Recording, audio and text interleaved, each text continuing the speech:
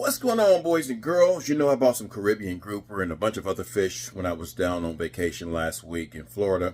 Well, we were on vacation in Orange Beach, Alabama, but, you know, Florida is just literally maybe 2 miles away from the Florida line. It's about 2 miles away from where we stay. So we always go to Pensacola and we get some fish from over there because it's a lot cheaper to buy it there. But we're going to make some Caribbean grouper today. We're going to do a little bit of a marinade. Very simple recipe, guys. And really, with this Caribbean grouper, you could just put spices on it. But this Tony Chachere's marinade that we use for fish is so doggone good. I would advise you to get you some if you can find it somewhere, even if you have to go on Amazon to get you some. This Tony Chachere's seafood marinade, they make marinade for beef and chicken and fish and burgers and everything else. But it is so doggone good. So sit back and watch this video. All right, guys, we're going to keep this really, really simple. I divided the fish up when I got back to the place that we were staying. I divided it up into two different servings here. You can see the date here, 9/15. Here's the Tony Chachere's marinade. It's a 30-minute marinade. Usually, the longer you leave it on the fish, the more flavorful it is. But if you put it up there for 30 minutes, you're good. I always add a little bit of salt to it because it doesn't seem like it's got enough salt to it when I make it. So all we're going to do now is just take this fish out, put some marinade over it, and then we're gonna let it marinate for probably, it's about 10 o'clock now, so about 2 hours or so for lunch.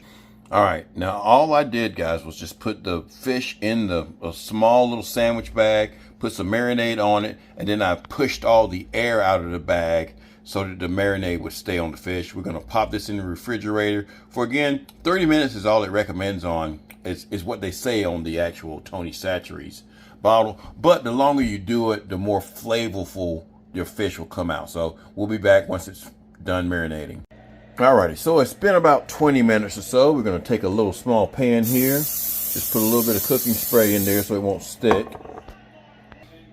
All right, we're gonna pour a little bit of the marinade on top of it. Then we're gonna sprinkle just a little bit of our seasonal salt on it right here.